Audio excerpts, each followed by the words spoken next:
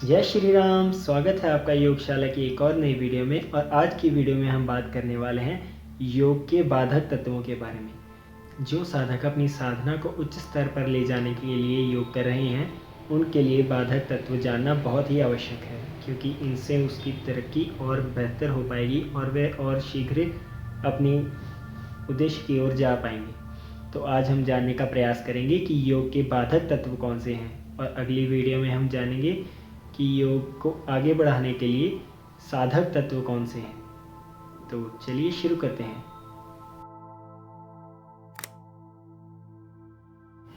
हठ योग प्रदीपिका के पहले अध्याय के 15वें श्लोक में हमें कुछ इस प्रकार से बाधक तत्वों के बारे में बताया गया है।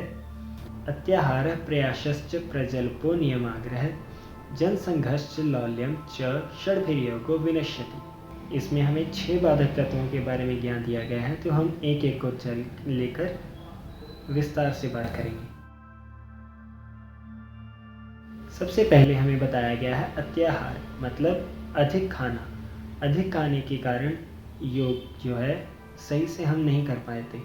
क्यों? क्योंकि अगर हम ज़्यादा खा लेंगे तो हमारा शरीर जो है वो स्वस्थ नहीं होगा, उसमें आलस आएगा, उसमें और ज़्यादा रोग पैदा होंगे और हम योग करने में असमर्थ हो जाएंगे। तो इसलिए हमें जो आहार है वो सात्विक आहार करना चाहिए, कभी भी ज़्यादा भोजन नहीं करना चाहिए।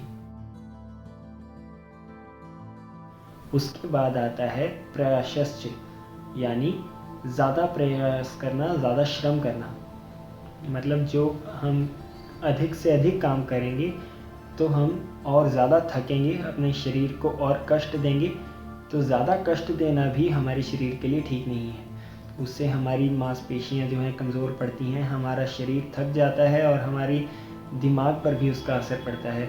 तो इसलिए हम ज़्यादा से ज़्यादा श्रम ना करते हुए एक नियंत्रित रूप में काम करें और अपने आप को स्वस्थ और निरोगी रखें, जिससे हम अपने योग के अभ्यास को और अच्छे से कर सकें। तीसरा बाधक तत्व जो आता है वह आता है प्रजल्पो, मतलब अधिक बोलने वाला।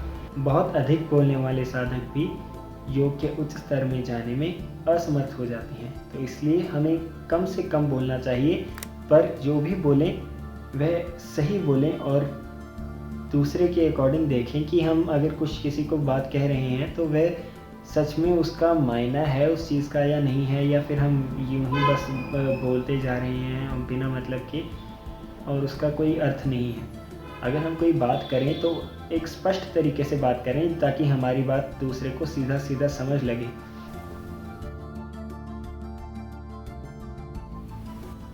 फिर आता है नियमाग्रह। नियमाग्रह का मतलब बहुत ज़्यादा नियमों में बंध जाना, मतलब अपने आप को डिसिप्लिन करना बहुत ही ज़्यादा। मतलब अगर हमें कुछ भी करना है, एक छोटी से छोटी चीज़ है, जैसे अगर कोई सुबह रोज़ पानी पीता है उठकर, उसे 2 गिलास पानी पीना है। अगर उसको 2 गिलास पानी ना मिले तो वह बहुत ही बेचैन सा हो जाएगा कि आज मैंने पानी नहीं पिया। या फिर कोई और कार्य है, जैसे कोई रोज़ उठ कर मंदिर जाता है, तो मंदिर अगर हम जा रहे हैं तो रोज़ मंदिर जाना अच्छी बात है, परंतु अगर किसी कारणवश हम एक दिन मंदिर नहीं जा पाते तो हमें उसमें विचलित नहीं होना चाहिए, चिंतित नहीं होना चाहिए, ताकि अगर हमारा शरीर जैसा है वह एकदम सामान्य रहे और हम कोई भी चीज़ को लेकर बहुत ही ज़्यादा चिंतित ना हो, है ना। तो उससे क्या होगा, हमें हर एक काम धैर्य से करने की जो है प्रेरणा मिलेगी। और अगर कुछ काम रह भी जाता है तो उससे हमें कोई फ़र्क नहीं पड़ना चाहिए कि अगर हम रोज़ कुछ डिसिप्लिन कर रहे थे मेंटेन और एक दिन में वो मिस हो गया तो वो चीज़ हमें खटकनी नहीं चाहिए। मेनली ये काम। फिर आता है जनसंघर्ष, मतलब बहुत ज़्यादा लोगों के बीच में रहना और उनसे लगाव लगा लेना। सोशल रहना बुरी बात नहीं है, परंतु अगर हमें बहुत ज़्यादा लोगों के पास रहने की आदत है तो वह भी एक बाधक तत्व है। क्यों? क्योंकि अगर हम ज़्यादा लोगों के साथ रहेंगे तो हमारे मन में और ज़्यादा विचार आएंगे और ज़्यादा हम बातें सोचेंगे, और वह जो है हमारे योग की साधना में जो ध्यान लगाने में हमें वो बाधक तत्व के रूप में सामने आएगा। हम ज़्यादा चीज़ों में फोकस ना रख के सिर्फ एक चीज़ पे फोकस करना चाहेंगे, और वह है योग की साधना। अगर हम ज़्यादा लोगों से बात करेंगे तो हमारे मन में और ज़्यादा विचार आएंगे, हमारी बाधाएं और बढ़ेंगी, हमारी आशंकाएं और बढ़ेंगी, हमारी आवश्यकताएं और बढ़ेंगी। तो उस हिसाब से जो हमारा ज़्यादा सोशल रहना है वह भी योग के माध्यम से ठीक नहीं है। तो हमें सिर्फ लिमिटेड लोगों के साथ ही इतना जो है सोशल रहना चाहिए, जो हमारे बिल्कुल प्रिय हैं, जैसे हमारे परिवार के जन और हमारे कुछ खास मित्र। अगर हम ज़्यादा लोगों से मिलेंगे तो वह भी हमारे लिए ठीक नहीं है। फिर आता है हमारा आखिरी बाधक तत्व लौल्यम, मतलब मन की चंचलता। मन की चंचलता यानी कि हमारा मन आज के दौर में तो बहुत ज़्यादा ही फ़ोन के कारण ये चीज़ हो गई है कि हमारा मन जो है स्थिर नहीं रह पाता। हमारा जो अटेंशन टाइम है वो बहुत ही कम हो गया है। आप सब ने सुना होगा कि एक जो सबसे कम अटेंशन टाइम होता है वो किसी स्क्विड का होता है 7 मिनट का।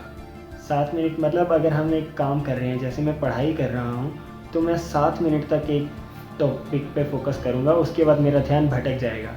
ये एक स्क्विड की क्षमता है, परंतु एक मनुष्य उससे भी कम हो चुका है कि वह 7 मिनट तक एक चीज़ को फोकस नहीं कर पा रहा है। तो आप खुद ही सोचिए कि अगर किसी को योगी बनना है और वह एक चीज़ पर फोकस कर ही नहीं पा रहा है, अपना ध्यान रख नहीं पा रहा है, तो वह धारणा क्या करेगा और ध्यान क्या करेगा और कैसे समाधि पाएगा।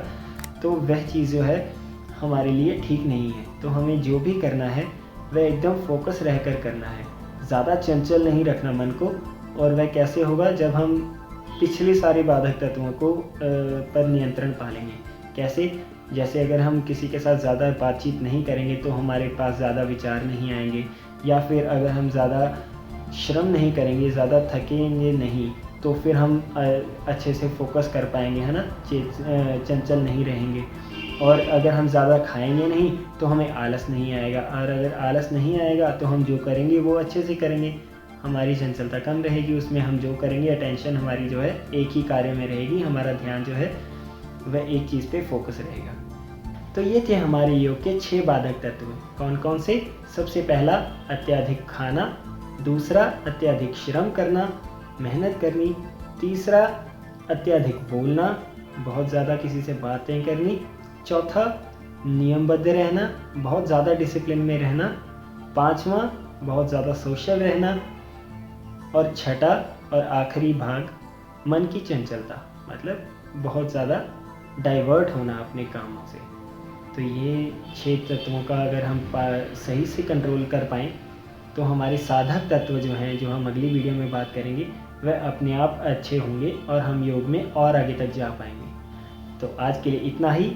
तब तक के लिए लाइक कर दीजिए, शेयर कर दीजिए और सब्सक्राइब कर लीजिए हमारी योगशाला के चैनल को, और हमें फीडबैक ज़रूर दीजिए ताकि हमें पता चले कि हमें और किस जगह पर कार्य करने की आवश्यकता है और हम उस चीज़ को और बेहतर बना सकें। और हाँ, आपके सुझाव बिल्कुल चाहिए कि और कौन कौन से टॉपिक्स पर आप वीडियोस चाहते हैं ताकि हम उस पर काम कर सकें। तब तक के लिए जय श्री राम, हर हर महादेव।